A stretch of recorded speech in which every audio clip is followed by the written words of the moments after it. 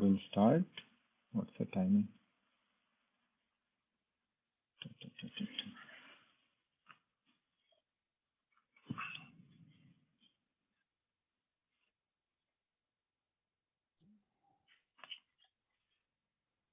Hare Krishna Prabhu. Hare Krishna, Prabhu. So we'll start. Yeah. Yes, please. We'll start with Mangalacharan.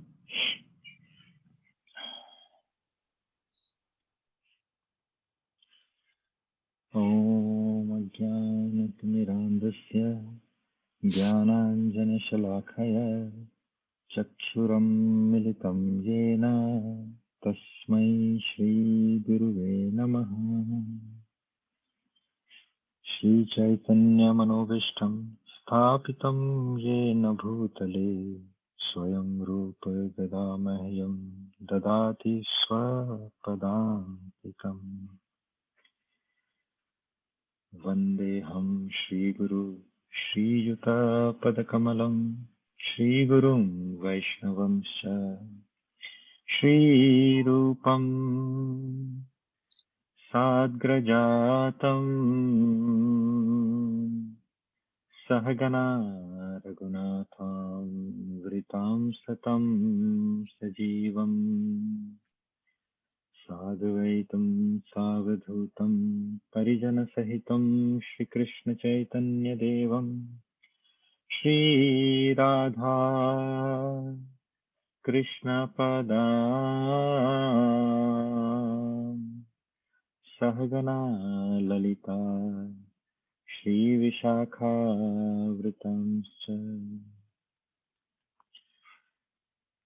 Namo Mahavadanyaya Krishna Prema Padayate Krishnaya Krishna Chaitanya Namne Gauratvise Namaha Shri Nityananda Avadhurtendur Vasudha Prana Vallabha Janava Jivitapatihi Krishna Prema Pada Prabhu Padmavati Shuta Shriman Sachinandana Purvajah Bhavonmatra Jagatprata Rakta Gaura Karevaraha He Krishna Karuna Sindhu Dinabandhu Jagatpate Gopesh Gopika Kant Radha Kant Namostute तप्त कांचन गौरांगी राधे वृंदावनेश्वरी वृषभानुसुते देवी प्रणमामि हरिप्रिये नमो राधे वृषालक्षी चंद्रकोटि समप्रभ श्रीकृष्णं संहितां देवी नित्यकुंज विहारिणी राधे मेरी स्वामिनी मैं राधे को दास जन्म जन्म मोह दीजियो श्री वृंदावन वास सब द्वारन को छोड़ के आए तेरे द्वार ओ वृषभानु की लाडली नख मेरी ओर निहार वाञ्छाकल्पतरुभयश्च कृपा सिन्धुभ्य एव च पतितानां पावनेभ्यो वैष्णवेभ्यो नमो नमः जय श्री कृष्ण चैतन्य प्रभु नित्यानंद श्री अद्वैत गदाधर श्रीवासादि गौर भक्तवृंद हरे कृष्णा कृष्ण कृष्ण हरे हरे हरे राम राम राम हरे हरे welcome everyone so last week हमने can someone remind me what we have done last time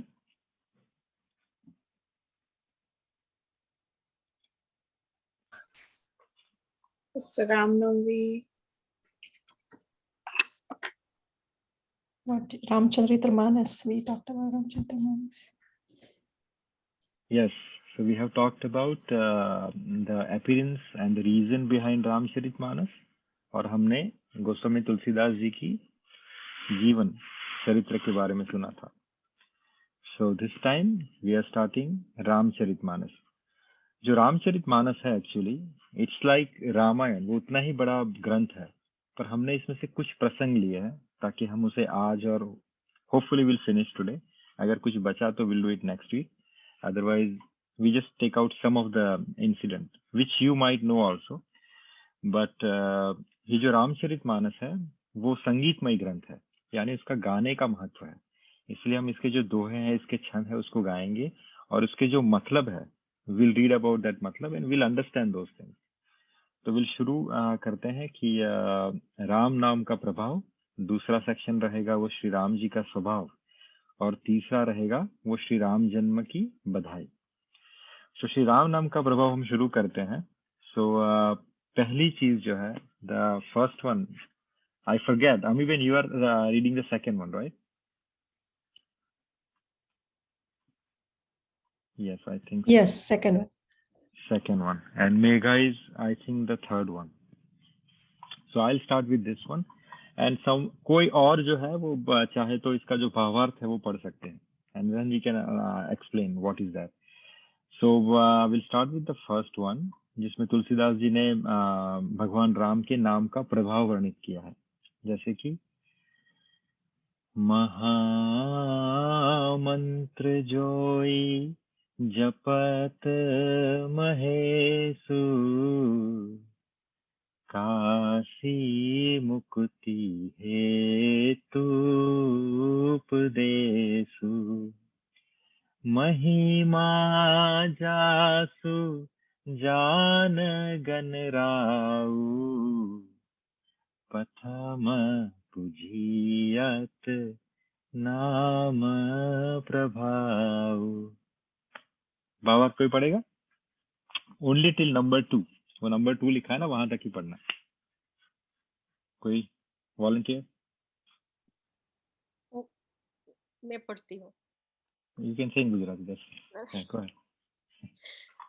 जो महामंत्र है जिसे महेश्वर श्री शिवजी जपते हैं और उनके द्वारा जिसका उपदेश काशी में मुक्ति का कारण है, तथा जिसकी महिमा को गणेश जी जानते हैं, जो इस राम नाम के प्रभाव से ही सबसे पहले पूजे जाते हैं. तो इसको समझने के लिए मैंने ये पहले भी कहा था कि काशी में मरण का महत्व है, पर मरण का महत्व क्यों है ये I hope everyone remembers, but still I will recap. So पहला और दूसरा जो है actually that combines, will explain. दूसरा जो है वो क्या है? जान आदि कवि नाम प्रताप, भयउ सिद्ध करी उलटा जापु, सहस नाम सम सुनी शिव बानी, जपी जय पिया संग, जपी जय पिया संग भवानी. तो इसका अर्थ भावार्थ है कि आदि कवि श्री वाल्मीकि ने राम नाम के प्रताप को जानते हैं, और जो उल्टा नाम मीन्स मरा मरा उन्होंने जपा, पवित्र हो गए. श्री शिवजी सुनकर कि एक राम नाम सहस्त्र नाम के समान है, पार्वती सदा अपने पति के साथ राम नाम का जप करती है. So will this explain this two shloka और मंत्र और दोहा टुगेदर. So पहली बात कि काशी में, जैसे मैंने कहा कि मरण का बहुत महत्व है, और ये सबको पता है कि काशी में अगर आपने देह छोड़ा तो आपकी मुक्ति जो है वो निश्चित है.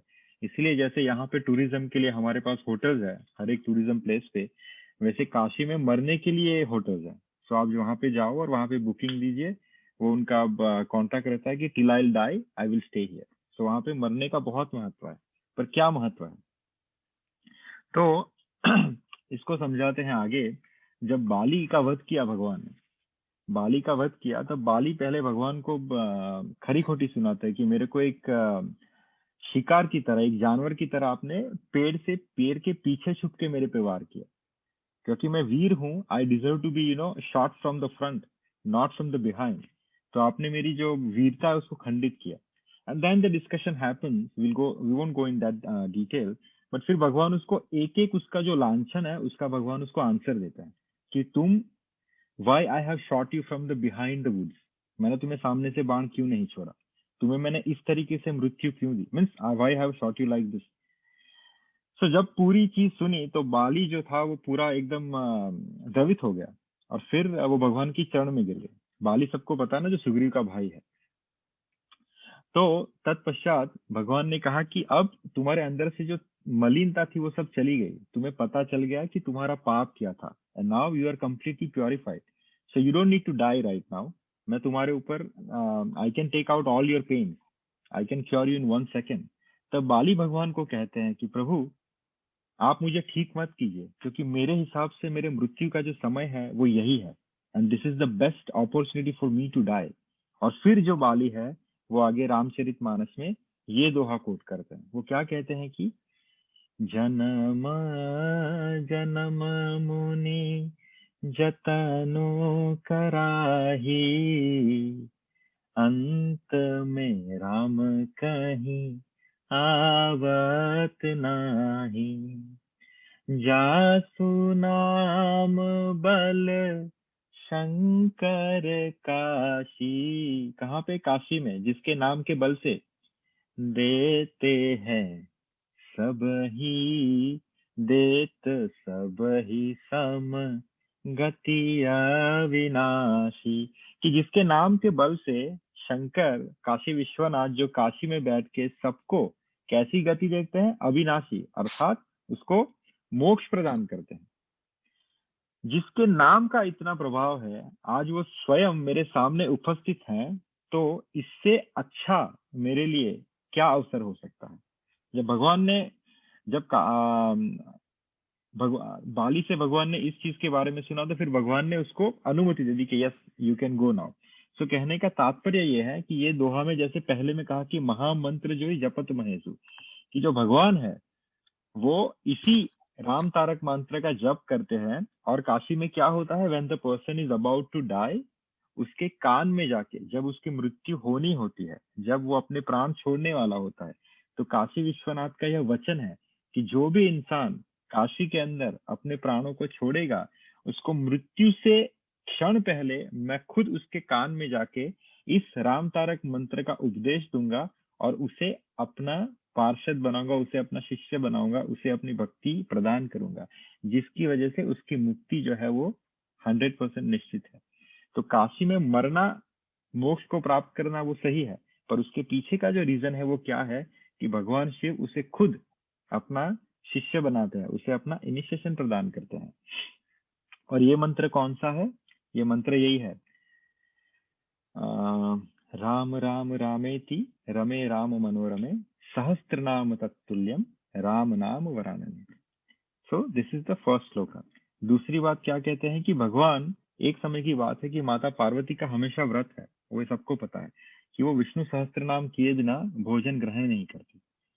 तो भगवान ने, शिव ने उनको एक उपदेश दिया था कि तुम विष्णु सहस्त्र नाम 100,000 बार करो, उसका 1000 बार जप करो।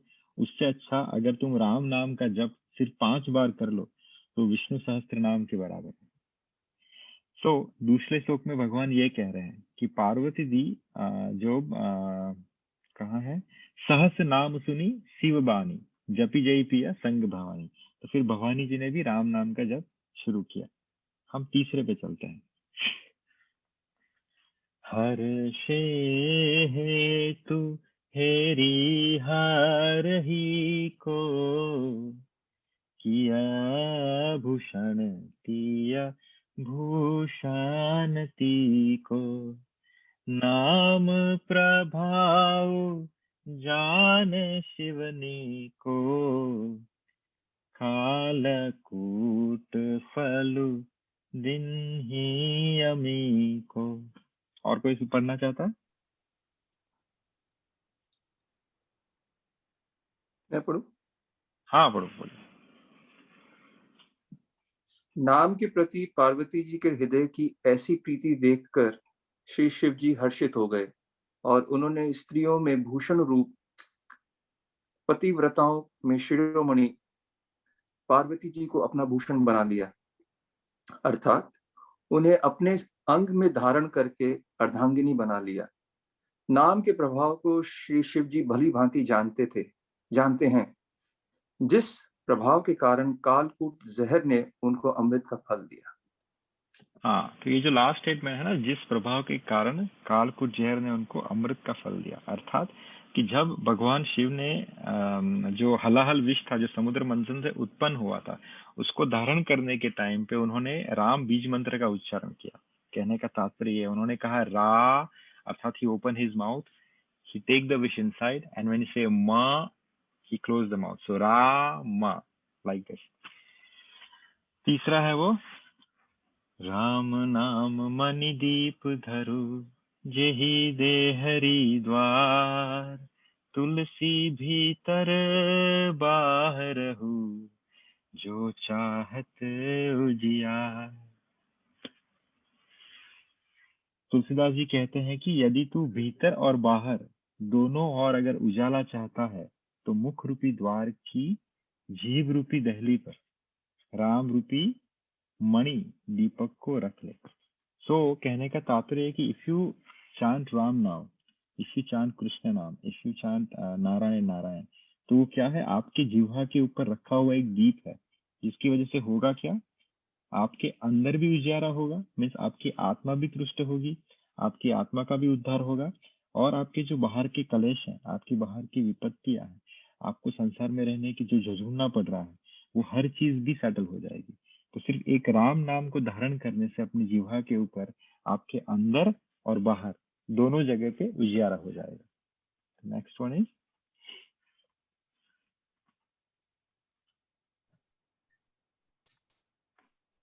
Shall I go, Amit? Yes yes yes yes, So I'm going to use the different style than Sandeep. That's the second या style. Yeah. And first time I'm doing it. So if I make any mistake, please forgive me. चहु चतुर कहु नाम अधारा, ज्ञानी प्रभु ही विशेष पिजारा, चहु जुग चहु श्रुति नाम प्रभाव, कली विशेष नहीं आन उपाऊ। Very nice. कोई ट्रांसलेशन पड़ेगा?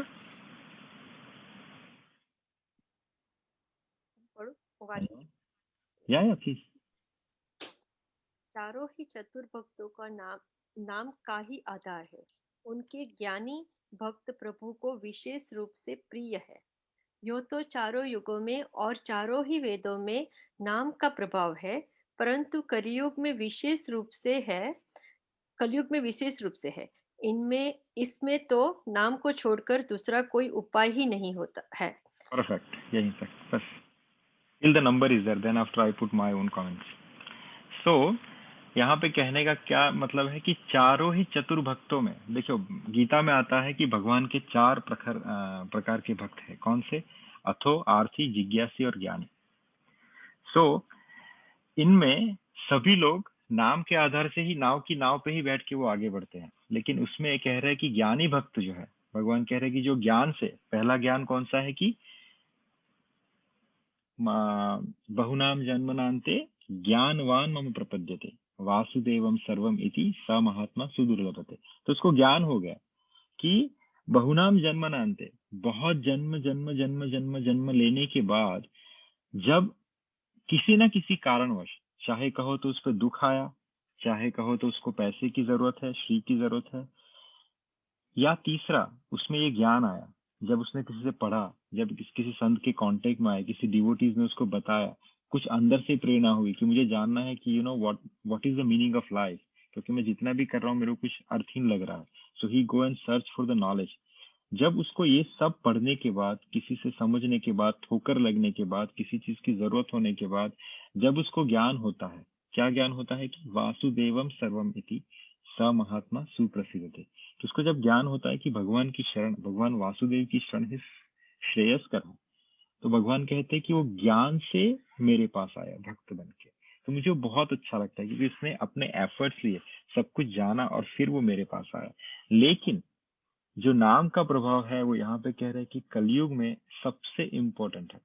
रीजन क्या है? क्योंकि जैसे श्रीमद् भागवतम जब शुरू हुआ, परीक्षित महाराज और सुखदेव जी के बीच का संवाद है पूरा श्रीमद् भागवतम, जिसे हम डिग्री कहते हैं। जैसे गीता को हम डिप्लोमा कहते हैं, भागवतम को हम डिग्री कहते हैं। तो उसके अंदर 7 दिन का संवाद है। किसके अंदर? एक इंसान जो अपने जीवन के, जिसके पास 7 दिन ही बचे हुए हैं, यानी आज के बाद 7वें दिन उसकी मृत्यु निश्चित है। तो वो गंगा के तट पे जाता है और बैठते हैं और सामने एक व्यासासन लगाते हैं कि जो भी कोई ऋषि मुनि मुझे इस 7 दिन में मुक्ति प्रदान कर सके, वो आके इस व्यासासन के ऊपर विराजमान हो जाए और मुझे वो ज्ञान प्रदान करें। तब वहां पे उसके पिता व्यासदेव बैठे थे। वहां पे व्यासदेव के गुरु देवर्षि नारद भी थे, लेकिन किसी ने उस व्यासासन के ऊपर बैठा नहीं कोई। लेकिन वहां पे आके कौन विराजमान होते हैं? सुखदेव गोस्वामी। सुखदेव गोस्वामी उनको भगवान की कथा, श्रीमद् भागवतम की कथा 7 दिन तक सुनाते हैं और 7 दिन के बाद परीक्षित महाराज भगवत धाम को प्रयाण करते हैं। तो उसका जो श्रीमद् भागवतम का जो अंतिम पड़ाव है, अंतिम चैप्टर जो है, जिसके अंदर कलयुग का जो प्रभाव है, कलयुग में होने वाली जो घटनाएं है, उसके बारे में विस्तृत से बताया गया। जब ये सब सुनते हैं परीक्षित महाराज, तो वो सुखदेव जी से प्रार्थना पूर्वक क्वेश्चन करते हैं। कहते हैं कि हे गोस्वामी जी, अगर कलयुग इतना ही विचलित है, अगर कलयुग इतना ही विचित्र है, अगर कलयुग में इतनी सारी परेशानी है, कलयुग में भगवत भक्ति नाम मात्र से भी नहीं होगी, मीन्स एकदम कहने के लिए लोग भक्त कहे जाएंगे, तो अगर इतनी गलत चीजें हैं, अगर नॉलेज भी नहीं मिलेगा, किसी को अच्छे संत नहीं मिलेंगे, अच्छी कथाएं नहीं मिलेगी, अच्छे संस्कार नहीं मिलेंगे, अच्छा पर्यावरण नहीं मिलेगा, तो फिर बताइए कि कलयुग में जो जन्म लेगा उसकी मुक्ति कैसे होगी?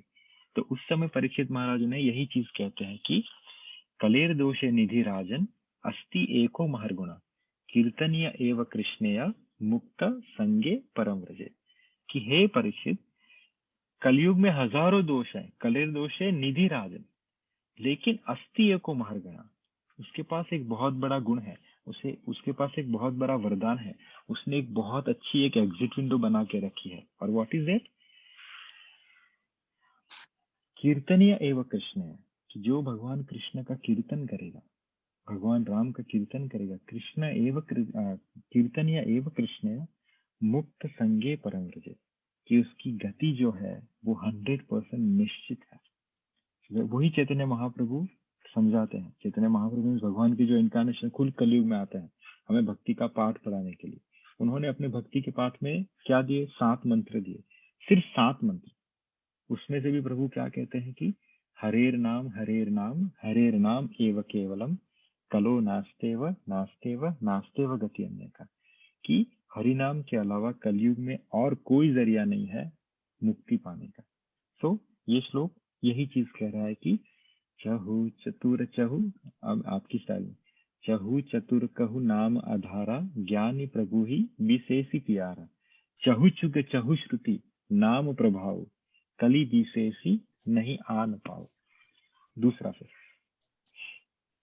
राम एक तापस तिय तारी, नाम कोटि खलक मत सुधारी, ऋषि हित राम सुकेतु सुता की, सहित सेन सुत किन्हि विबाकी, सहित दोष दुख दास दुरासा, दलई नाम जिमि रवि निसनासा, बंजेउ राम आपु भव जापु, भव भय भंजन नाम प्रतापु। पढ़ेगा कोई? હું વાંચો સંદીપભાઈ? Yes please. श्री राम जी ने एक तपस्वी की स्त्री अहल्या को ही तारा, परंतु नाम ने करोड़ों दुष्टों की बिगड़ी बुद्धि को सुधार दिया। श्री राम जी ने ऋषि विश्वामित्र के हित के लिए एक सुकेतु यक्ष की कन्या ताड़का की सेना और पुत्र सुबाहु सहित समाप्ति की, परंतु नाम अपने भक्तों को दोष दुख और दुर्दशाओं का इस तरह नाश कर देता है जैसे सूर्य रात्रि का। श्री राम जी ने तो स्वयं शिवजी के धनुष से तोड़ा, परंतु नाम का प्रताप ही संसार के सब भयों का नाश करने वाला होता है। जय श्री राम। जी एग्जैक्टली। तो यहाँ पे कंपैरिजन किया गोस्वामी जी ने कि अहिल्या जी को प्रभु ने तारा। एक्चुअली ये अहिल्या की जो स्टोरी है ना, बहुत अच्छी कथा है एक्चुअली। कि भगवान जब अहिल्या जी के आश्रम पहुंचते, गौतम मुनि के आश्रम पहुंचते, तो वहां पे स्थिति ऐसी है कि वहां पे कीट पतंगों ने भी उस आश्रम को त्याज दिया है श्राप के कारण। वहां पे कीट पतंग भी नहीं आते, जंतु जानवर कुछ नहीं, सिर्फ वीराना है वहां पे। और जब महर्षि वाल्मीकि विश्वामित्र भगवान श्री राम और लक्ष्मण के साथ वहां पे पधारते हैं, तो प्रभु कहते हैं कि ये आश्रम वैसे तो पूरा पिछड़ा हुआ है, इसे जैसे पूरी सृष्टि ने जिसको त्याज दिया है, परंतु फिर भी यहाँ पे मुझे ऐसा क्यों प्रतीत हो रहा है कि कोई एक बहुत अच्छी आत्मा यहाँ पे है। तो महर्षि विश्वामित्र कहते हैं कि राम तुमने बहुत सही पहचाना। फिर महर्षि विश्वामित्र पूरी कथा सुनाते हैं अहिल्या और गौतम ऋषि की और इंद्र की, और कैसे अहिल्या जी को श्राप मिला गौतम ऋषि के कारण, गौतम ऋषि ने कैसे श्राप दिया। पर देखिए इसके पीछे अगर समझे ना, तो ऋषि मुनि अगर आपको श्राप भी देते हैं ना, उसमें भी आपको भगवान को ही मिलाते हैं। जैसे देवर्षि नारद ने किसको श्राप दिया? Anyone guess? जिससे कृष्ण की प्राप्ति हुई उनको?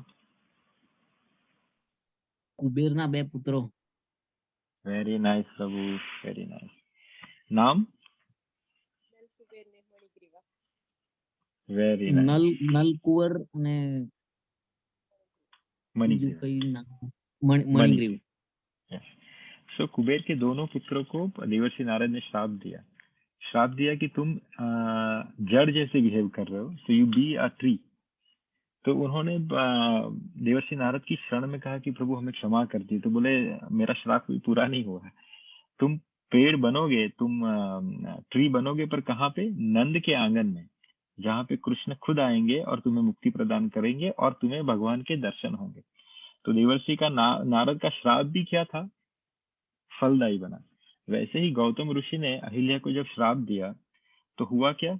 अहिल्या को प्रभु श्री राम की प्राप्ति हुई। इसीलिए आगे अहिल्या जी बहुत अच्छी भगवान की स्तुति भी करते हैं कि मैं मेरे पति गौतम ऋषि की बहुत आभारी हूँ कि उनके श्राप के कारण जो जन्मों जन्मों से देवाधि बड़े बड़े योगी मुनि तपस्वियों को जिसकी झांकी प्राप्त नहीं होती है, आज वो खुद मेरे आश्रम में आके मेरे सामने खड़े हो गए। और यहाँ पे दूसरा, जब महर्षि विश्वामित्र ने प्रभु को कहा कि आप अपने चरण को स्पर्श कराइए शिला से, तभी इसकी मुक्ति पॉसिबल है, तो भगवान ने कहा कि नारी और ब्राह्मण और गाय, इनको मैं अपने चरण नहीं स्पर्श करा सकता, ये मेरे मर्यादा के विरुद्ध है। तब महर्षि ने उनको आज्ञा की। तब क्या हुआ? प्रभु ने अपने सिर्फ चरण को जमीन से उठाया, और जो धूल थी, भगवान ने छुआया तो नहीं, जो धूल थी भगवान के चरण को छू के जो निकली हुई, बस वो धूल ही अहिल्या की शिला को लगी और उसकी मुक्ति हो गई। इसीलिए कहते हैं कि अगर आप धाम में जाओ ना, धाम में जाओ तो कुछ लोग बहुत ज्यादा हट करते हैं। कैसी हट करते हैं? कि सामने खड़ा रहना, या एकदम सामने जाके विग्रह के सामने खड़ा रहना, ताकि हम भगवान को ऐसे ताड़ सके। नहीं, धाम में सिर्फ चले गए, आपका काम हो गया। कैसे? कि वहां की जो हवाएं हैं वो भी ठाकुर को छू के ही बहती है, तो वो हवा भी आपको छू लेगी, वो आपका काम हो जाएगा। वहां की धूल जो चलती है, जो बाहर जो बहती है, वो भी भगवान के मंदिर के, भगवान के चरणों से छू के ही निकलती है। तो बस आपने सिर्फ कहीं पे कोना पकड़ लिया उस धाम में जाके, तो आपका कल्याण हो गया। तो इतना किसी को ये नहीं करना चाहिए हम धाम में जाए कि भैया मेरे को सामने ही बैठना है, मेरे को लाइन में सबसे आगे खड़े रहना है, जोर जोर से बोलना है। नहीं, एक कोना पकड़ के बैठ लीजिए। जो सामने वाले को होगा मिलेगा, वो आपको भी मिलेगा, क्योंकि आप धाम के अंदर हो। तो यही एक एग्जाम्पल है कि भगवान ने अहिल्या को तारा कैसे? बस अपनी चरण को उठा के, अपनी रज सिर्फ उसके मस्तक पे लग गई, अहिल्या का उद्धार हो गया। Next one. दंडक बन प्रभु किन्ह सुहावन, जन मन अमित नाम किया पावन, निश्चरनी कर दल रघुनंदन, नाम सकल कलि कलुष निकंदन। नेक्स्ट कोई पढ़ेगा?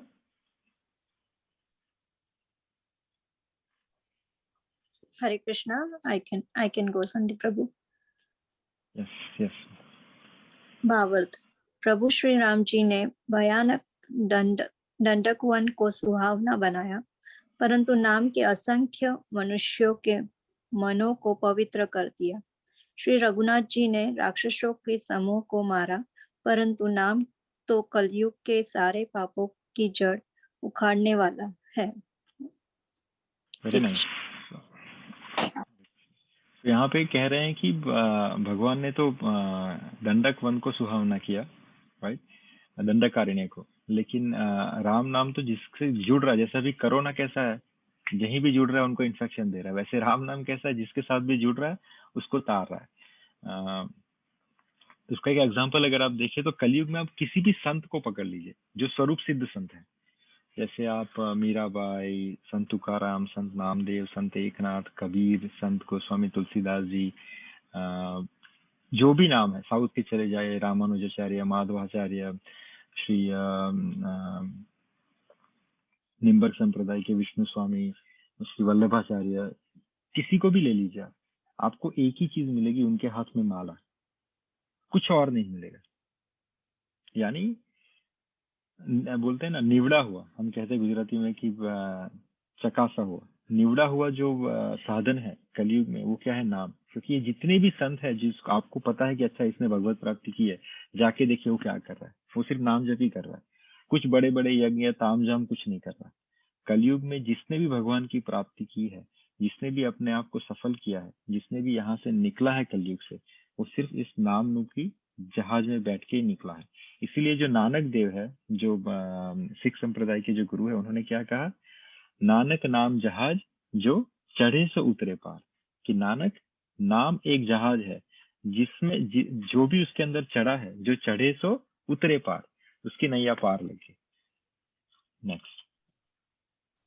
राम सुकंठ विभीषण दो, राखे शरण जन सबू को, नाम गरीब अनेक निवाजे, लोक वेद बर बिरद बिराजे। Yes Megha, you can go ahead. Shri Ram ji ने सुग्रीव और विभीषण दोनों को ही अपनी शरण में रखा, यह सब कोई जानते हैं, परंतु नाम ने अनेक गरीबों पर कृपा की है। नाम का यह सुंदर विरद लोक और वेद में विशेष रूप से प्रकाशित है। वेद भी यही कह रहे हैं कि कलयुग में नाम से अतिरिक्त आपका कोई, अगर आपको कभी लगता है ना कि मैं ये कर लूं, यहाँ पे जाके ये दान कर लूं, हाँ ठीक है, वो आपको हेल्प करेगा, लेकिन 100% आपको बेनिफिट नहीं मिलेगा। इसलिए जब तक आप नाम का सहारा नहीं लेते, भगवत नाम का सहारा नहीं लेते, तब तक समझ लेना कि आप अपना 100% नहीं दे रहे हो। और सबसे इजी है नाम में, लगता क्या है? ना कोई पैसा लगता है, ना कोई भूखा रहना पड़ता है, ना कुछ जागना पड़ता है, कुछ नहीं। माला उठाओ, किसी भी कोने को पकड़ लो। मैं हमेशा यही कहता हूँ कि जब आप नाम जप करें, तब आपके और नामी के बीच में कोई ना हो, अर्थात आपके और आपके ठाकुर जी के बीच में कुछ ना हो, ना टीवी हो, ना दोस्त हो, ना आसपास की चीजें हो। 5 मिनट, अरे 5 मिनट तो बहुत कहे मैंने, अगर आप एक बार भी भगवान का नाम ऐसे ले ले दिन में, तो आपका जीवन सफल हो जाएगा। बस भगवान ना थोड़े अटेंशन के भूखे हैं। कहने का तात्पर्य है कि उनको ना अपना प्यार बंटता हुआ नहीं दिखाई देता, वो अनन्यता के ही हमेशा अनन्यता के लिए ही सबको कहते हैं कि अगर मेरी भक्ति करो तो अनन्य करो, बटी हुई मत करो। तो आपको अगर भगवान की भक्ति करनी है, भगवान का नाम जप करना है, जितना भी करो, number is not a matter, but जितना भी करो सिर्फ मेक श्योर कि आप फोकस से करो। उस समय आपके और उसके बीच में कुछ ना हो, बस आप और वो हो, चाहे दिन का वो 5 मिनट ही क्यों ना हो, पर एकदम तल्लीनता से, एकदम सिंसियरता से बस भगवान का नाम जब उस समय के लिए कीजिए, आपका काम सफल हो जाएगा। Next one is I think mega, right? Yeah. So shall I start now? Yes, yes. नाम प्रसाद शंभो अविनाशी, साजो अमंगल मंगल राशि, सुख सनकादि सिद्ध मोनि जोगी नाम प्रसाद ब्रह्म सुख भोगी। पढ़ेगा कोई? प्रभु, मैंने जिस तरह से रामचरितमानस थोड़ा सुना है उस तरीके से मैं ये जो श्लोक लिखा है इसको पढ़ने की कोशिश करूं। हाँ, आप बिंदास। नाम प्रसाद शंभु अविनाशी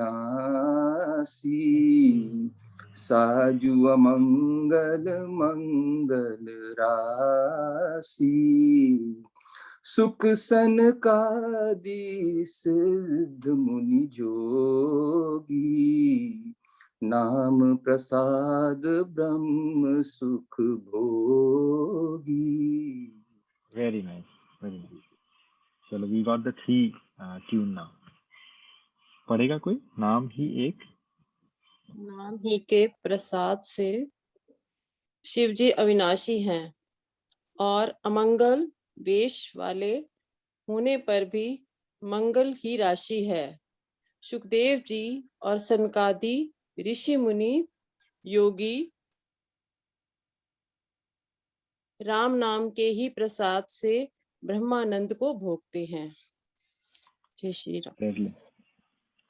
तो कहने का तात्पर्य यह है कि भगवान शिव को लोग अमंगल वेश धारण करने वाले कहते हैं, क्योंकि उनके आसपास भूत पिशाच सब घूमते रहते हैं उनकी टोली में।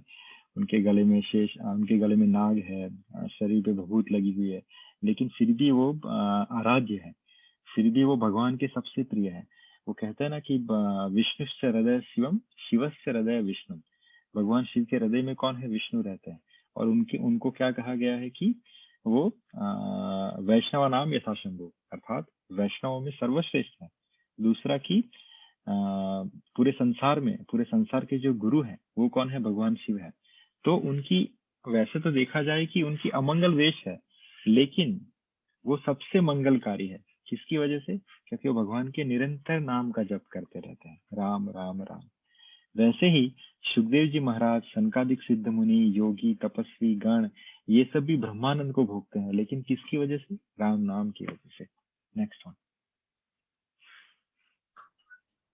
नारद जाने नाम प्रभातु जग प्रिय हरि हरि हर प्रिय आप नामो जपत प्रभु कीन्हा प्रसादु भगत शिरोमणि भय प्रहलादु।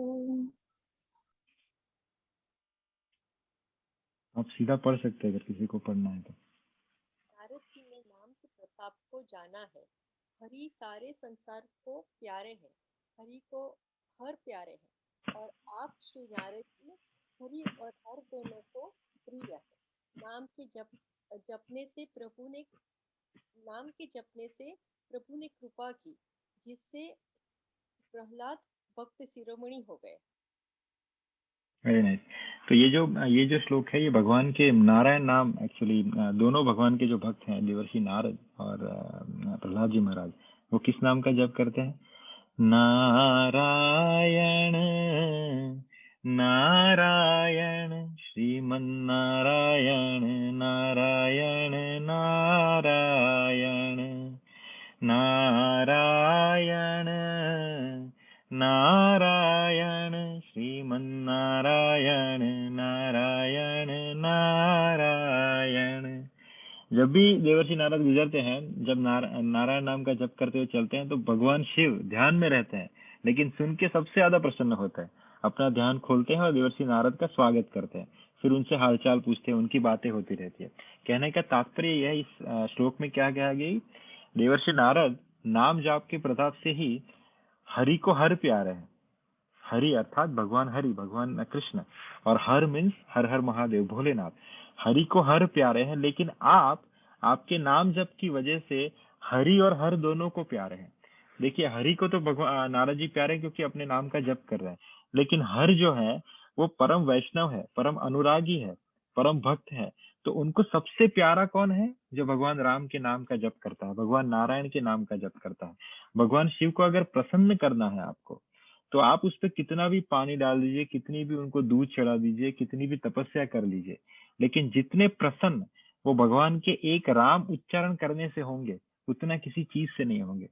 आपको मैं भक्तमाल की एक कथा सुनाता हूँ कि भक्तमाल में एक कथा आती है कि भगवान शिव और माता गौरी जब किसी जगह से पास होते रहते हैं, तो वहां पे भगवान शिव उतरते हैं, उस जगह को दंडवत प्रणाम करते हैं, नंदी से उतरते हैं और फिर पूरा दंडवत लेट जाते हैं, प्रणाम करते हैं, और फिर वापस से नंदी पर बैठ के आगे चलते हैं। माता पार्वती देख के थोड़ी सी विचलित होती है, पर उन्होंने तब पूछा नहीं। थोड़ा समय बीतता है, भगवान शिव आगे किसी और पड़ाव के ऊपर वापस से नंदी से उतरते हैं और वापस से साष्टांग दंडवत करते हैं उस जगह को, और वापस से नंदी पे बैठ जाते हैं। अब इस समय जो है माता गौरी जो है वो रह नहीं पाती, वो उनसे पूछते कि प्रभु वैसे तो आपकी हर लीलाएं बहुत ही दिव्य होती है, पर मैं थोड़ा समझ नहीं पाई कि यहाँ पे कोई था नहीं, यहाँ पे कोई है नहीं, फिर आपने 2 बार किसको दंडवत किया? तो भगवान शिव मुस्कुरा के कहते हैं कि पहली बार जहाँ पे मैंने दंडवत किया, वहां पे बहुत समय पहले किसी भक्त ने नाम से उस जगह को सिद्ध किया था, और दूसरी बार जब मैंने दंडवत किया, तो आगे कुछ सालों पश्चात यहाँ पे एक भक्त आने वाला है जो यहाँ पे नाम जप करने वाला है। तो आप समझ सकते हैं कि भगवान शिव को नाम जप करने वाले कितने प्रिय है। आगे चलते हैं।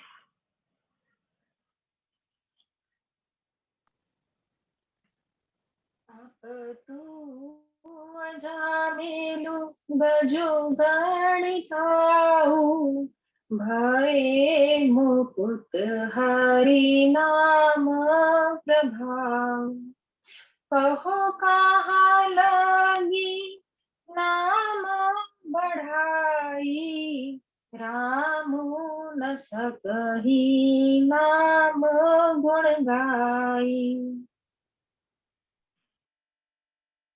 भावार्थ।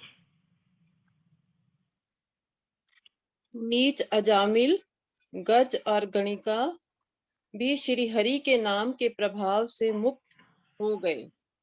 मैं नाम की बड़ाई कहाँ तक कहूँ, राम भी नाम के गुणों को नहीं गा सकते। अजामिल, आप सबको पता है कि अजामिल की कथा हमने पहले की थी कि अजामिल जो था बहुत ही नीच प्रकार के जीवन व्यतीत कर रहे थे। वो ब्राह्मण पुत्र थे, वो भगवान की सेवा करते थे, लेकिन कालाउपरांत उनका पतन हो गया।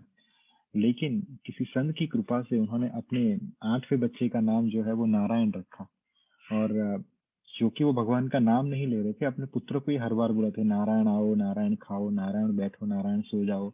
लेकिन वो नारायण नारायण जाप करने की वजह से कैसे उनकी मुक्ति होगी कि अंत काल में जब उनको मृत्यु के जो पार्षद है वो लेने के लिए आए, तब उन्होंने डर के मारे नारायण का नाम लिया, और जब नारायण का नाम लिया तो पार्षद वहां पे प्रकट हो गए भगवान के, और उन्होंने उनकी रक्षा की। तो नीच अजामिल ने कैसे नाम के कारण उसकी रक्षा हुई। गज, गज अर्थात गजेंद्र मोक्ष की कथा आती है श्रीमद् भागवतम में, उसके अंदर भी गजेंद्र जो है वो भगवान के नाम का ही उच्चारण करता है। और वेश्या, ये सब हरि के नाम के प्रभाव से मुक्त हो गए। मैं नाम की बड़ाई कहाँ तक करूं, क्योंकि भगवान राम भी अपने गुणों को वर्णित नहीं कर सकते। कहते हैं कि भगवान नाम ने अपनी पूरी शक्ति नाम के अंदर रख दी है। भगवान नाम भी इतना कल्याण नहीं कर सकते उतना नाम महाराज करते हैं। दोहा।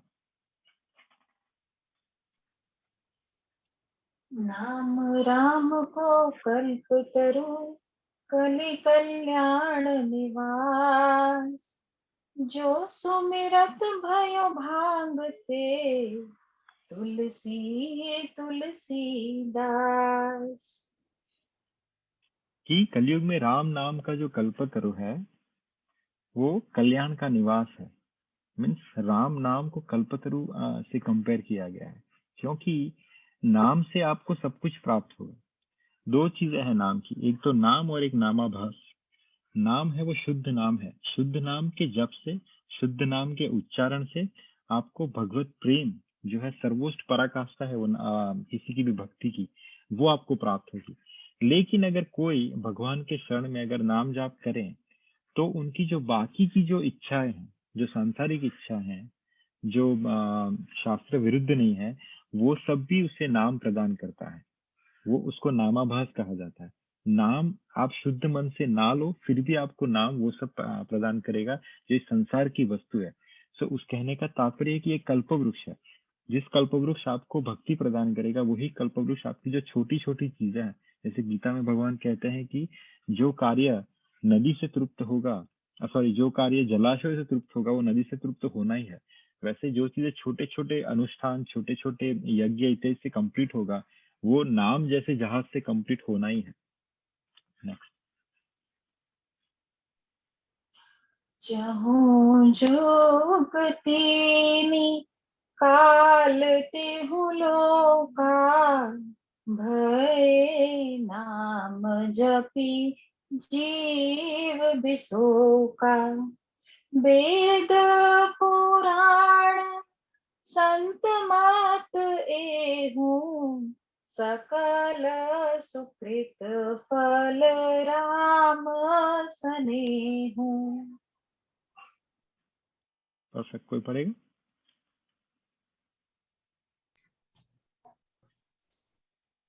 केवल कलयुग की भी बात नहीं, चारों युगों में, तीनों काल में और तीनों लोकों में नाम को जपकर जीव शोक रहित हुए हैं।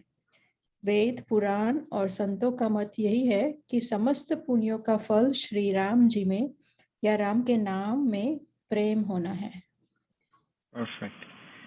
एवरीवन से चारों युग में, तीनों काल में, तीनों लोकों में नाम को जपकर जीव शोक रहित हुआ है। सो ये रामबाण है, कहते हैं ना रामबाण इलाज। सो कोई भी आपकी समस्या हो, भगवान का नाम जप करने से वो 100% सॉल्व होगी। वेद, पुराण, संत सबका मत यही है कि समस्त पुण्यों का फल श्री राम जी में प्रेम होना है, वो, और वो आपको सिर्फ राम नाम से ही पॉसिबल होगा। रोहित जी, अगर आपको ये पढ़ना है तो आप पढ़ सकते हैं।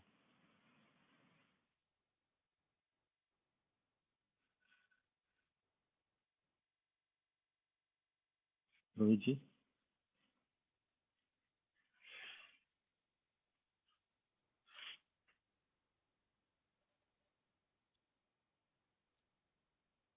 ओके ठीक है, मैं पढ़ लेता हूँ। नहीं कली करम न भक्ति विवेकु, राम नाम अवलंबन एकु, काल नेमि कलि कपट निधानु, राम सुमति समरथ हनुमानु।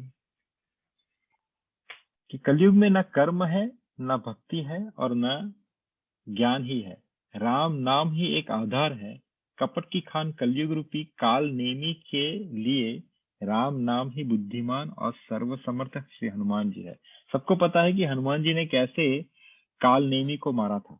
काल नेमी राक्षस जब भगवान हनुमान जी जा रहे थे किसके लिए, वो जड़ी बूटी लेने के लिए, दिव्य जड़ी बूटी लेने के लिए, लक्ष्मण जी जब मूर्छित हुए थे तो रास्ते में कौन आता है, काल नेमी।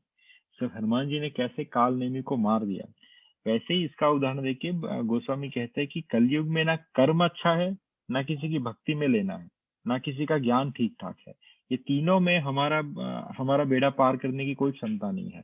सिर्फ एक राम नाम ही एक ऐसा आधार है कि जो आपको कपट कलयुग की खान से निकाल सकता है। जैसे कि राम नाम को हनुमान जी की से तुलना की है और कलयुग को उन्होंने काल नेमी के साथ तुलना की है। Next one. समुझत सरिस नाम अरुनामी, प्रीति परस पर प्रभु अनुगामी, राम रूप दुई ईस उपाधि, अकथ अनादि सुसामुझि साधी। पढ़ेगा कोई? समझने में नाम और नामी दोनों एक हैं, किंतु दोनों में परस्पर स्वामी और सेवक के समान प्रीति है। अर्थात नाम और नामी में पूर्ण एकता होने पर भी जैसे स्वामी के पीछे सेवक चलता है, उसी प्रकार नाम के पीछे नामी चलते हैं। प्रभु जी श्री राम जी आपके अपने राम नाम का ही अनुसरण करते हैं, नाम लेते ही वहां आ जाते हैं। नाम और रूप दोनों ईश्वर की उपाधि हैं। ये भगवान के नाम और रूप दोनों अनिर्वचनीय निर्वचनीय हैं, अनादि हैं अनिर्वचनीय और सुंदर, शुद्ध भक्ति युक्त बुद्धि से ही इसका दिव्य अविनाशी स्वरूप जानने से आता है। सिंपल चीज है कि नाम और नामी वैसे तो दो हैं, लेकिन जो नामी है, नामी अर्थात भगवान, नाम अर्थात राम, तो नामी है वो नाम का अनुसरण करते हैं। तो जहाँ कहीं भी नाम का उच्चारण किया गया, जहाँ कहीं भी राम या कृष्ण नाम का उच्चारण किया गया, तो प्रभु वहीं पे प्रकट हो जाते हैं। जब आपकी जिह्वा के ऊपर आप शुद्ध मन से, शुद्ध भाव से, एकांत में जब भगवान नाम का उच्चारण करते हैं, उस समय क्या होता है कि भगवान आपकी जिह्वा के ऊपर आके विराजमान होते हैं। तो सिंपल सी बात है, एक राम नाम भी आपको तारने के लिए या एक कृष्ण नाम भी आपको तारने के लिए समर्थ है, लेकिन वो कहने का तात्पर्य वो सही चीज से, सही ढंग से और सही प्रोसेस से लिया जाए। राइट। दोहा, राम नाम नर केसरी, कनक कनक कसिपु कलिकाल, जापक जन प्रहलाद जिमि, पालहि दली सुरसाल। कि राम नाम श्री नरसिंह भगवान है। कलयुग हिरण्यकशिपु है और जप करने वाला भक्त प्रहलाद के समान है। यह राम नाम देवताओं के शत्रु कलयुग भी देवताओं को मार के जप करने वालों की रक्षा करता है। तो यहाँ पे बताया गया कि कलयुग में हम लोग कहते हैं कि बहुत डिफिकल्टी है कलयुग में। आपका गिरना जो है, आपका जो नीचे आपका पतन होना बहुत ही निश्चित है, लेकिन राम नाम एक शील की तरह है, भगवत नाम एक कवच की तरह है। उससे होगा ये कि आपकी रक्षा होगी। जो भी कोई भगवान का नाम जपता है, जो भी कोई भगवान का उच्चारण करता है, आप देखना कि वो इंसान आपको कहीं भी, जैसे 4 चीजें प्रभुपाद बताते हैं कि intoxication, illicit sex, meat eating and gambling, ये 4 जो है कलयुग के रहने की चीजें हैं। जब परीक्षित महाराज से कलयुग परीक्षित महाराज की शरण में आया था कि बोला कि आपके राज्य में ऐसी कोई जगह नहीं जहां पे मैं रुक सकूं, तो मैं कहाँ रुकूं? तो उन्होंने कहा कि आप इस 4 जगह पे वास कीजिए। कहाँ पे? इंटॉक्सिकेशन की, जहाँ पे मदिरा पान होता है, इलिसिट सेक्स जहाँ पे वेश्यागर हो, मीट ईटिंग जहाँ पे मांस खाया जाता, और चौथा गैम्बलिंग की जहाँ पे जुआ खेला जाता। तो ये 4 जगह परीक्षित महाराज ने कलयुग को रहने के लिए कही। इसीलिए जो भक्त लोग हैं वो इस 4 जगह पे, जैसे जहाँ पे मीट ईटिंग होती है अर्थात जिस रेस्टोरेंट के अंदर मांस परोसा जाता हो, भक्त लोग वहां पे खाना नहीं खाते। इंटॉक्सिकेशन जहाँ पे मदिरा पान पिया जाता हो वहां पे भक्त लोग जाते नहीं है। गैम्बलिंग जहाँ पे जुआ खेला जाता हो, जो कसिनो और ये सब, भक्त लोग वहां पे नहीं जाते। और इलिसिट सेक्स जहाँ पे वेश्यागर हो वहां पे भी कोई नहीं जाता। अगर आप यहाँ किसी ना किसी तरह से अगर इस 4 चीजों के संपर्क में आते हैं या ऐसे लोगों के संपर्क में आते हैं जो ये 4 जगह पे जाते हो, तो कलयुग आपके अंदर आना 100% निश्चित है, क्योंकि कलयुग का प्रभाव ऐसा है। इसीलिए भक्त लोग क्या करते हैं, नाम का सहारा लेते हैं। चलिए बाकी सब तो छोड़िए, जिसने नाम का सहारा लिया ना, उसके दोस्त भी उसको ऐसी जगह पे नहीं ले जाएंगे, बोले अरे छोड़ यार, तो भक्त आदमी है, वो इस जगह पे आके क्या करेगा। लेकिन इनडायरेक्टली उस इंसान की नाम जपने की वजह से उसकी रक्षा होगी। वो ऐसी जगह पे गया ही नहीं ताकि उसका पतन हो सके। ठीक है, आगे का, भाय कुभाय अनख आलस हो, नाम जपत मंगल दिसि दस हो, सुमिरि सो नाम राम गुण गाथा, करुणाय रघुनाथ ही माथा। कोई और पढ़ेगा?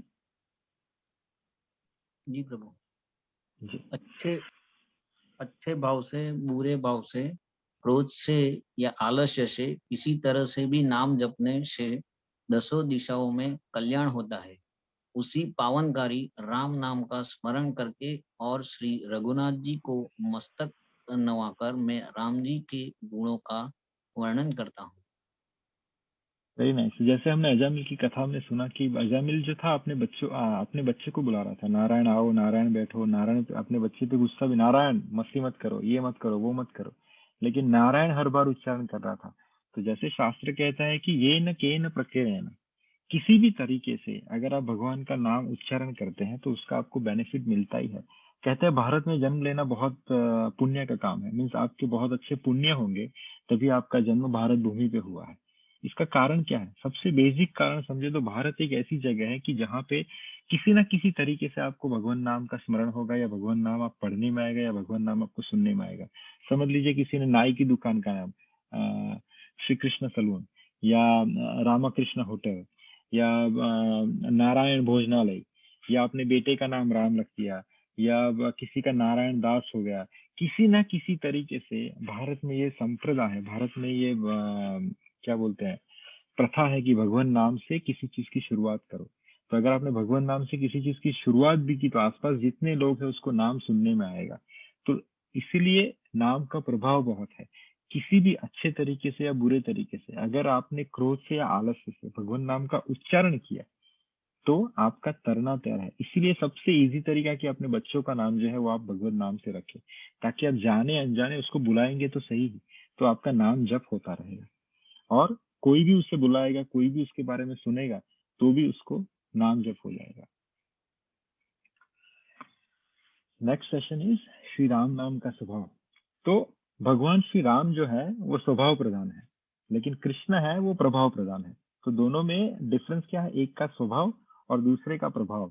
तो जब श्री राम जी ने शिव जी का धनुष तोड़ा जानकी जी के स्वयंवर में, तो हुआ ये कि जैसे ही धनुष तोड़ा गया, सीता का स्वयंवर हुआ, उसके बाद ये धनुष टूटने की गूंज सुन के वहां पे प्रकट कौन हो जाते हैं? भगवान परशुराम। और भगवान परशुराम और लक्ष्मण का बहुत ही हीटेड डिस्कशन होता है और दोनों के बीच में बहुत ज्यादा हीट प्रकट हो जाती है। तब उसको शांत करने के लिए और कुछ काम में नहीं आता, क्योंकि किसी और राजा को तो वो गिनते ही नहीं थे।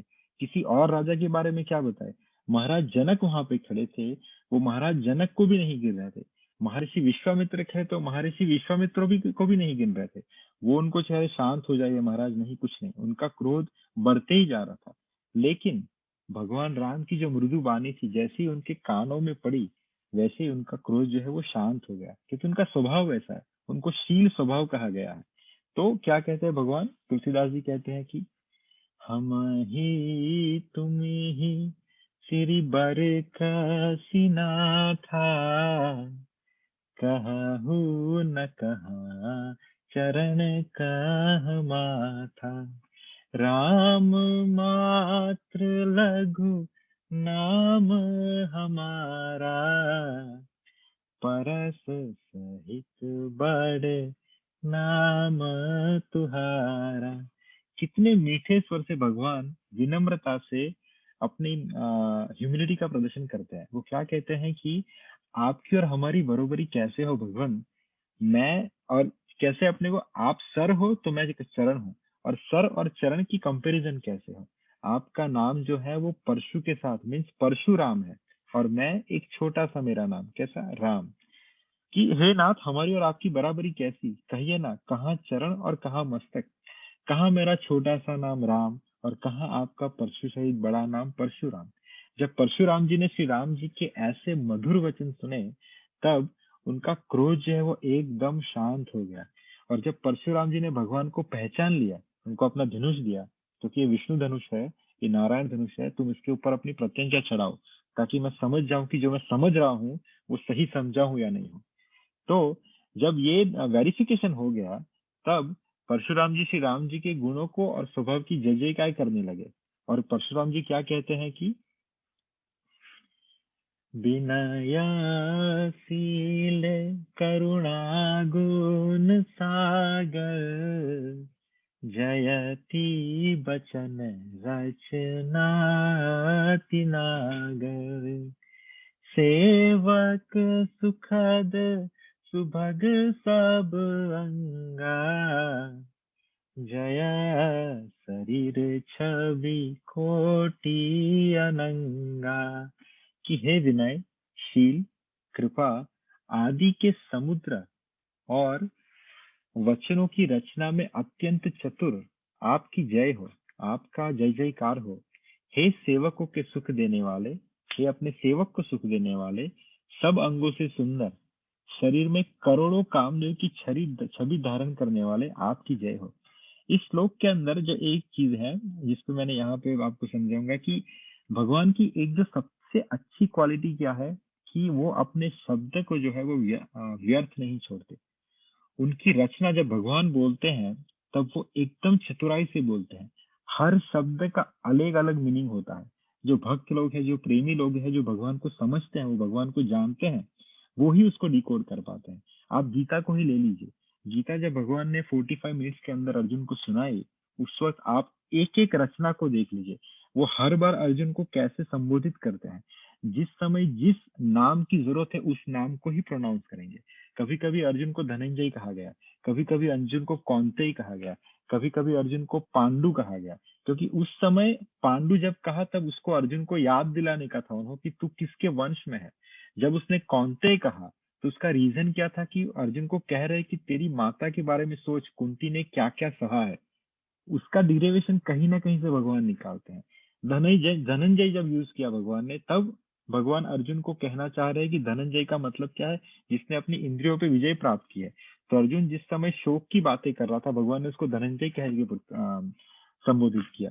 वैसे ही कुछ लोग मुझे कहते हैं कि गीता के अंदर राधा रानी का कहाँ मिलता है। राधा रानी तो है ही नहीं गीता के अंदर। एक्चुअली गीता के अंदर राधा रानी है ही नहीं, क्योंकि ये अर्जुन और कृष्ण के बीच का संवाद है, किसी और लेवल पे है।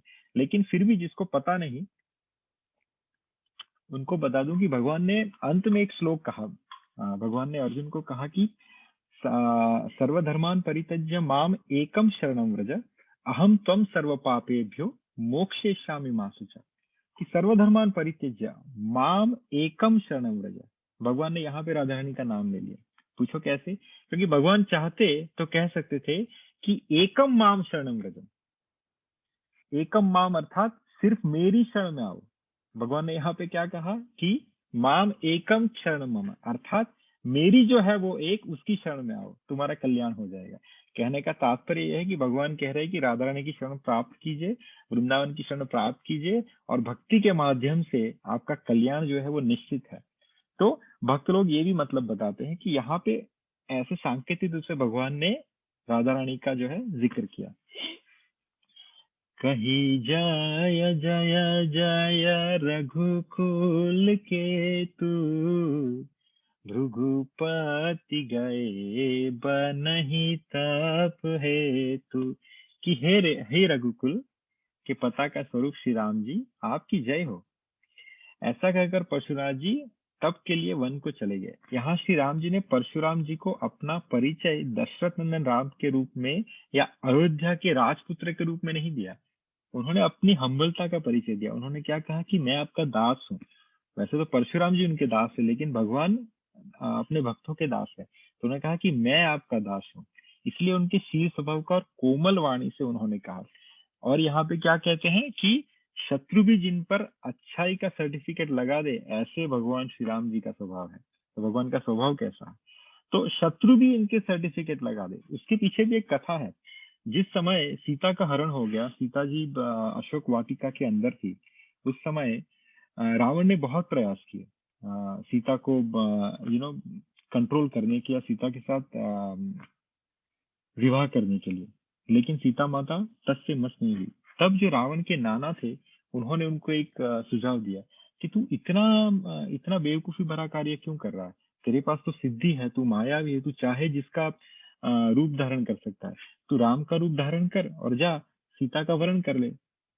तब रावण क्योंकि ज्ञानी था, जैसे बच्चों ने पिछले समय रामनवमी के दिन जो लेक्चर दिया था ना, उसमें रावण की बड़ाई की थी राजू ने। तो उसके अंदर रावण का एक स्वभाव है कि वो बहुत इंटेलिजेंट, बहुत नॉलेजेबल है। तब उसने अपने नाना से कहा कि नाना, अगर आपको ज्ञात है कि अगर मुझे किसी का वेश धारण करना है तो मुझे उसके जैसा सोचना पड़ेगा, मुझे उसके गुणों के बारे में सोचना पड़ेगा, उसकी क्वालिटीज के बारे में सोचना पड़ेगा, और जैसे मैं सोचता हूँ मेरा रूप वैसा धारण हो जाता है। अगर मैं राम की क्वालिटीज या राम के स्वभाव के बारे में एक क्षण के लिए भी सोचूं तो फिर मैं सीता की ओर देख भी नहीं सकता, क्योंकि राम का स्वभाव ऐसा है। अगर राम के बारे में मैंने एक बार भी सोचा तो मेरा जो स्वभाव है मुझे रख देना पड़ेगा, मैं वापस से कभी रावण बन ही नहीं पाऊंगा। तो ये था भगवान राम का स्वभाव कि जिसके ऊपर उसके शत्रु रावण ने भी सर्टिफिकेट लगा दिया कि उसका स्वभाव राम का वैसा है।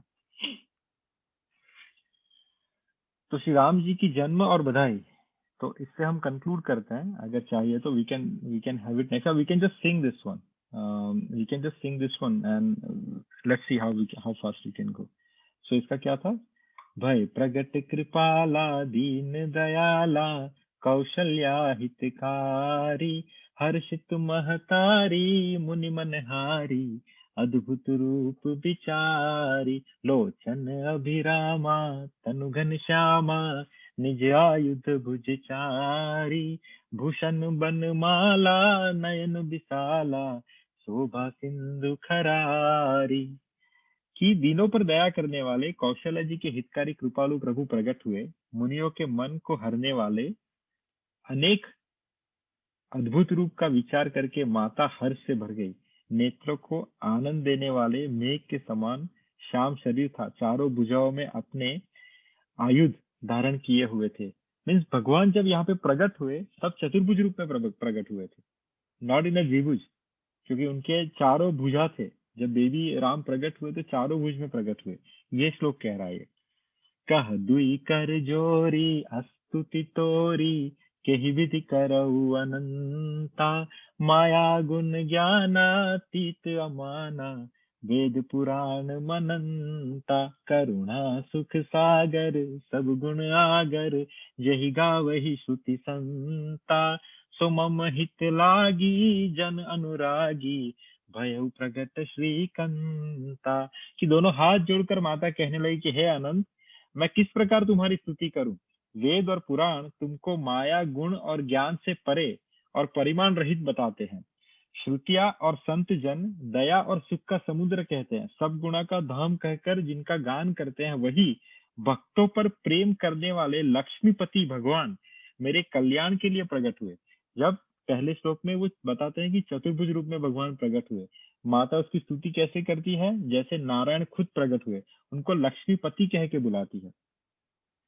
ब्रह्मांड निकाया निर्मित माया रोम रोम प्रतिवेद कहे मम उर्सो बासी यह उपहासी सुनत धीर मति थीर न रहे उपजा जब ज्ञाना प्रभु मुस्काना चरित बहुत विधि कीन्ह चाहे हरि कथा सुहाई मातु बुझाई यही प्रकार सुत प्रेम लहे। कि वेद कहते हैं कि तुम्हारे प्रत्येक रोम में माया के रचे हुए अनेक ब्रह्मांडों के समूह हैं, वे तुम मेरे गर्भ में रहे। इस हंसी की बात के सुनने पर धीर पुरुष जो है कि बुद्धि भ्रमित हो जाती है। जब माता को ज्ञान उत्पन्न हुआ तब प्रभु मुस्कुराए। जब माता ने स्तुति की तब प्रभु मुस्कुराए। छोटे जो नारायण थे वो मुस्कुराए। वे बहुत प्रकार के चरित्र करना चाहते हैं, अतः उन्होंने पूर्व जन्म की सुंदर कथा कहकर माता को समझाया जिससे उन्हें पुत्र का प्रेम प्राप्त हो। यहाँ पे क्या कह रहे हैं कि माता को समझाते हैं कि कैसे उन्होंने पिछले जन्म में तपस्या की थी मनु के साथ, जो राजा दशरथ के अवतार है। उन्होंने तपस्या की थी और भगवान को पुत्र के रूप से पाने के लिए भगवान से वर मांगा था। माता पुनि बोली सोमति डोली तजहु तात यह रूपा कैसी शिशु लीला अत प्रियशीला यह सुख परम अनुपा सुनि बचन सुजाना रोदन ठाना होई बालक सुर भूपा यह चरित जगावही हरि पद पावही ते न पर ही भव कूपा। कहते हैं कि माता की वह बुद्धि बदल गई।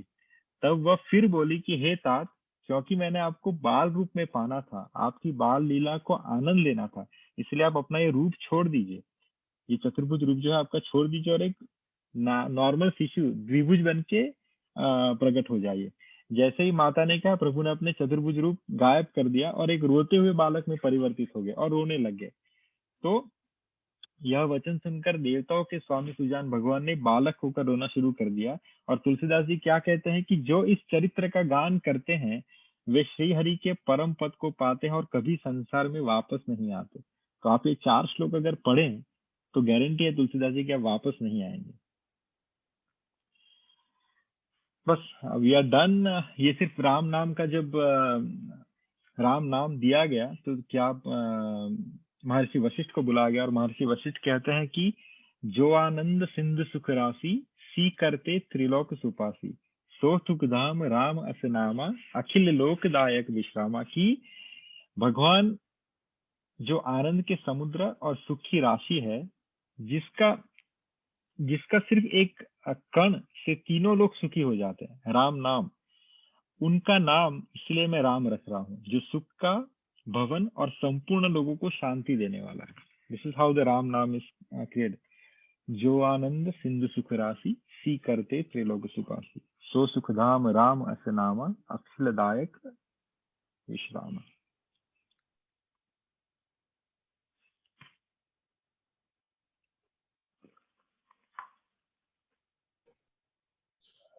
We are done here.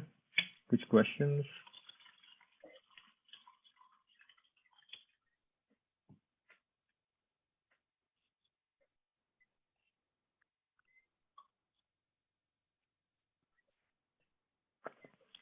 There was one question actually Megha has asked me about, and that is actually continuous discussion. So I would take that question right now. कि भगवान राम जी को तुलसी ऑफर होती है कि नहीं? And actually we already discussed that, me and Vyasacharya Prabhu, but since Megha has asked me again, so I'm going to take it away. So कुछ लोग कहते हैं कि राम इज विष्णु तत्व, दैट इज ट्रू। तो भगवान राम इसके बारे में क्या कहते हैं? भगवान राम कहते हैं कि अगर आप मुझे विष्णु समझ के मेरी भक्ति करते हो तो हाँ, आप मुझे तुलसी अर्पित कर सकते हो, पर अगर आप मुझे राम समझ के मेरी भक्ति करते हो तो हाँ, फिर मैं मर्यादा पुरुषोत्तम हूँ, मैंने सिर्फ सीता का ही आवरण ये किया हुआ, अंगीकार किया हुआ। सो आपके ऊपर है, अगर आपने भगवान राम को विष्णु तत्व समझ रहे हो, यूज दैट वर्ड विष्णु तत्व, या समझते हो कि विष्णु है, तो हाँ, आप उनको तुलसी का गार्लैंड भी दे सकते हो, उसको तुलसी में ये भी कर सकते हो। पर अगर हाँ, अगर आप उसकी भक्ति राम के रूप में ही करते हैं तो then you can not offer it. So is that clear? Is that clear मेगा? या जी प्रभु, एक क्वेश्चन। जी, आपने कहा कि हम वहां जाते हैं, क्या कहते हैं, धाम में जाते हैं तो हवा चलती है, वो भी ठाकुर जी को छू पर चलती है, तो जो है मतलब हमें आगे रहने का या आगे बैठ के एकदम आगे लाइन में खड़े होकर विग्रह के दर्शन करने का, तो मतलब विग्रह दर्शन का इम्पोर्टेंस नहीं है क्या? मतलब नहीं नहीं नहीं, मैंने ये नहीं कहा। कहने का भाव अर्थ है कि कुछ लोग लड़ते हैं, कुछ लोग झगड़ते हैं, कुछ लोग ऐसे धक्का मुक्की करते हैं कि नहीं, मेरे को ही ठाकुर के सामने रहना है। यानी वो जो जिद है वो बाल हट है। यानी आप किसी भी भक्त को पकड़ लीजिए। आपको एक एग्जांपल देता हूँ, जैसे नामदेव जब संत ज्ञानेश्वर, मुक्ताबाई, सोपान देव, ये सब भगवान का नाम उच्चारण करके गा रहे थे, कहाँ पे? पंढरपुर के विठलनाथ मंदिर के अंदर। उस समय भगवान माता रुक्मणी से क्या कहते हैं? नहीं, माता रुक्मणी ने पूछा कि प्रभु आप विचलित क्यों हैं, आप किसे ढूंढ रहे हैं? तो विठल देव कहते हैं कि रुक्मणी, मैं अपने नामा को ढूंढ रहा हूँ। तो बोले ये नामा तो यहीं कहीं नाच रहा होगा। नहीं नहीं, नामा यही, वो नामा किसी ना किसी कोने में बैठ के मेरा भजन कर रहा होगा जो मुझे दिखाई नहीं दे रहा। तो कहने का तात्पर्य है कि भगवान ऐसा नहीं है कि आप अगर सामने ही खड़े हैं तो ही आपको ढूंढ रहे हैं। आप अपना चित्त ऐसा बनाइए कि आप किसी भी कोने में बैठे हैं, भगवान आपका ध्यान करे। देखिए, दो प्रकार के भक्त होते हैं। एक तो ऐसे भक्त होते हैं जिसे हम साधक कहते हैं, और दूसरे भक्त होते हैं जो सिद्ध भक्त होते हैं। साधक भक्त किसे कहेंगे आप? साधक भक्त वो जो भगवान को ढूंढे, जो भगवान को पाने की कोशिश करे, वो साधक है। और सिद्ध कौन है? जिसे भगवान ढूंढे। तो यहाँ पे नामदेव जो है उसकी खैर भगवान ले रहे कि मेरा नामा कहाँ पे है। तो ऐसा नहीं है कि आप धाम में जाइए, आपके पास ऑप्शन है तो भी आप भगवान के समीप न जाइए। हाँ, कहने का मतलब ये है कि आप ये कोनी मार के, किसी भक्त को फेंक के, झगड़ा करके, नहीं मेरा जगह था यहाँ पे, this is not what I said. तो अगर आप किसी भी कॉर्नर में बैठे, अगर आप मंदिर के अंदर नहीं भी गए तो भी आपको यमुना से चली हुई लहर जो है, जो हवा की मीठी लहर है, वो भगवान के चरणों को छू के आपके ऊपर लगने ही वाली है। तो धाम में आप, वो बोलते हैं ना कि मुक्ति ने पूछा गोपाल से कि मेरी मुक्ति बता, तो गोपाल क्या कहते हैं कि पड़ी रहियो गेल में साधु संत चले आवे, व्रजरज उड़ी मस्तक लगे, मुक्ति भी मुक्त हो जाए। कहने का तात्पर्य मुक्ति की तू कुछ मत कर, खाली धाम में जाके बैठी रह, व्रजरज उड़ी मस्तक गिरे, कहीं से भी व्रजरज तेरे मस्तक पे गिर गई तेरी मुक्ति हो जाएगी, ये मुक्ति को कह रहे हैं। तो फिर हमारी क्या विश्वास? तो कहने का तात्पर्य कि जाइए आप धाम में, ठाकुर जी के दर्शन कीजिए, जितना हो सके आपको समीप जाने का मौका मिला आप लीजिए, लेकिन हाँ झगड़ा करके, धक्का मुक्की करके, दूसरे भक्त को गाली देके, दूसरे भक्त को डांट के, ये सब अगर आप कर रहे हो तो समझना कि आप भगवान को देखने नहीं गए, आप अपना जो अहम है वो सेटिस्फाई कर रहे हैं कि मैं पहले गया, मैं भगवान को मैंने पहले देखा। तो सिर्फ आपके अंदर, भगवान आपको नहीं देख रहे। Is that clear?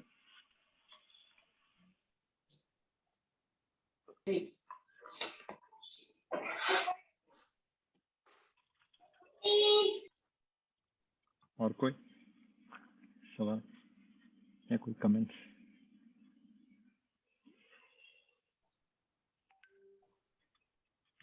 ठीक है I sir. think to me it helps when you think that every person has God in it, so whatever you do to anyone in this world, you have to see the God in them, and then so then you don't do anything bad to anyone. So Yes, I think that is a helps. very good, very good realization. Yeah. I think going to Vaishnav temple, that's what they teach, and I like that about them. Yeah. No. Jai Shri Krishna. They like I pray to the God that's within you. So doesn't matter who you are, but there is a God inside you. Yes, yes. भगवान के 3 स्वरूप है ना, जो हमने पहले भागवतम में discuss किया कि वन इज द परमात्मा which is residing everyone's heart, second is भगवान हिमसेल्फ जो स्पिरिचुअल वर्ल्ड में बैठे हुए हैं, और तीसरा इज द ब्रह्म ज्योति जो भगवान के शरीर से जो तेज निकलता है, जिसे हम ब्रह्म ज्योति कहते हैं। सो सम ऑफ द संप्रदाय दे वर्शिप ब्रह्म ज्योति, जैसे ब्रह्म कुमारीज हो गए, जैसे मुस्लिम्स हो गए, ये सब भगवान की लाइट की पूजा करते हैं, दैट इज ब्रह्म ज्योति। एक सिंपल एग्जांपल कि ब्रह्म ज्योति और भगवान में क्या डिफरेंस है। तो अगर मैं आपके सामने 20 फुट के डिस्टेंस पे हूँ और मैं आपको एक चमकता हुआ कुछ दिखाता हूँ, मैं बोलता हूँ कि क्या है ये, आप बोलोगे कोई तो रोशनी आ रही है, वेरी गुड। मैं थोड़ा और नजदीक आता हूँ आपसे 1 फीट की डिस्टेंस पे या हाफ फीट की, मैं बोलता हूँ अब क्या है ये, आप बोलते हो ये डायमंड है। तो एग्जैक्टली जब आप भगवान के नजदीक आते हो, जब आप उसको डायमंड देखते हो, डायमंड इज अ भगवान, लेकिन आप भगवान से दूर से देखते हो तो उसके अंदर जो ज्योति निकल रही है, दैट इज ब्रह्म ज्योति। तो पहले आपको ब्रह्म ज्योति दिखती है, फिर उसके नजदीक आओगे तो आपको भगवान दिखेगा। तो दैट इज द डिफरेंस। सो ब्रह्म ज्योति, कुछ लोग ब्रह्म ज्योति की पूजा करते हैं, नथिंग रॉन्ग, बट वो भगवान से उतना नजदीक रिलेशन नहीं है। लेकिन भक्ति क्या है, भगवान को आपको डायमंड दिखाता है, आपको डायमंड छू सकते हो, आप उसको डायमंड को रख सकते हो, डायमंड के साथ खेल सकते हो, that is the benefit of bhakti और वैष्णव ट्रेडिशन।